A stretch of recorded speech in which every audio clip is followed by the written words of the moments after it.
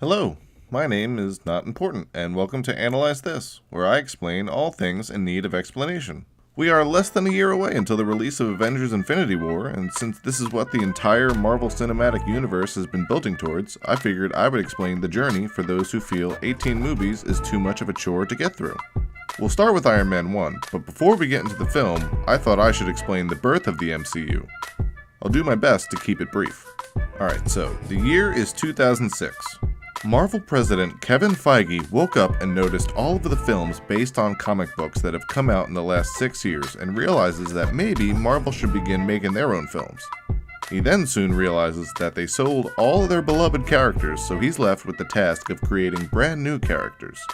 So he grabs his dad and forces him into his basement and told him, "You're not coming out until you finished writing, you old piece of shit." Unquote. We're now in June of 2007, and Stan Feige is allowed to leave his son's basement because he's finished a series of comics based around a brand new character named Iron Man. Kevin takes all of his father's hard work, publishes his comics monthly, and rushes the character into production for his very own movie. In July of that year, Kevin is having dinner at a restaurant with his wife for their anniversary, but leaves the table and travels around to various tables, pitching his movie to various people he's spotted eating there. At separate tables, he manages to pitch and book Jon Favreau to write and direct, and Robert Downey Jr., Grundle Paltrow, Beau Bridges, and Don Cheadle to star. Production began in September 2007, and filming wrapped 2 weeks later. Now, let's get into the movie. They say the best weapon is one you never have to fire. I respectfully disagree. I prefer the weapon you only have to fire once.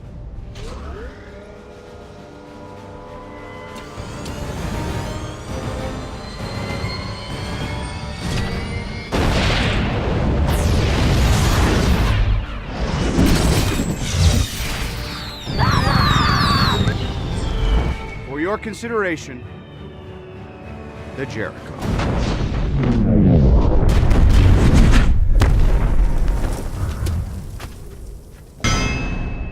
That's how the movie begins.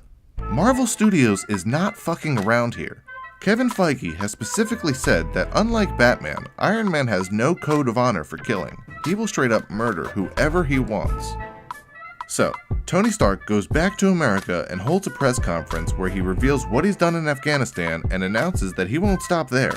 He feels he hasn't murdered enough people and intends to go back and kill every last towelhead, his words, not mine, in the sandbox. Beau Bridges hops on stage to try and calm him down, but he's not having it. Tony has purchased an army and is traveling to the nearest village filled with loving families. The soldiers are very unhappy and they attempt to talk Tony Stark out of all this senseless killing, but get shut down when Tony tells them that they are already bought and paid for. His convoy gets attacked, all the innocent soldiers are murdered, and Tony Stark gets captured. Back at Stark Mansion, Samuel L. Jackson is like, "I'm here to talk to you about the Avenger Initiative." but he's too early and nobody's home. Later in a cave, these villagers are making a video pleading with America to stop killing them and their children. They hope that now that they have the Warhawk Tony Stark, the killing will cease and now the countries can begin talks of peace and working together. The president sends Beau Bridges to negotiate and move things along, but while in captivity, Tony Stark builds a new weapon, one that he can wear, and breaks out of the cave after murdering every last person who hoped for peace in the region. Beau Bridges is the only one to escape with his life, but not before stumbling upon Tony's blueprints for the suit. Tony Hawk holds yet another press conference because he loves attention. As a matter of fact, he loves attention so much that he says, I am Iron Man. and reveals that he is going to build an even bigger and better suit to wipe all desert people, again, his words, off the face of the earth. Beau Bridges pleads with Tony one last time in an attempt to stop this once great friend from bringing all this violence and bloodshed to innocent people, but he's just not willing to listen.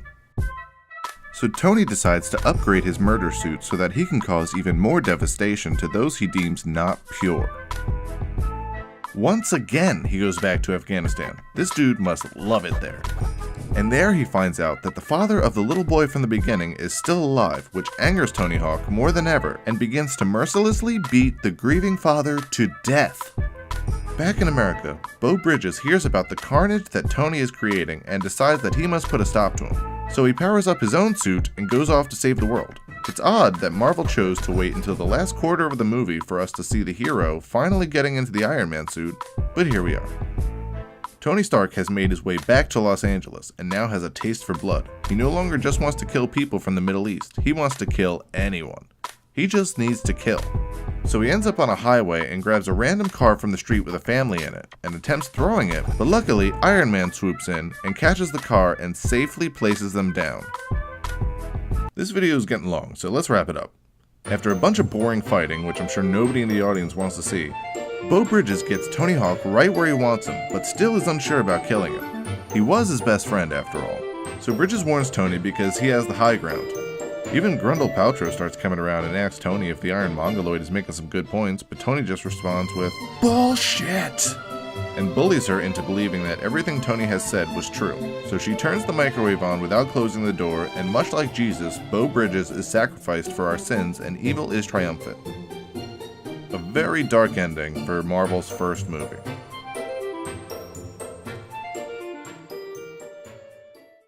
In the end, we have the very first after-credit scene where Jon Favreau gets into a limo with Vince Vaughn and leaves Tony Stark to have his own two-film adventure. They ask Don Cheadle if he wants to join, but he says, "Next time, baby."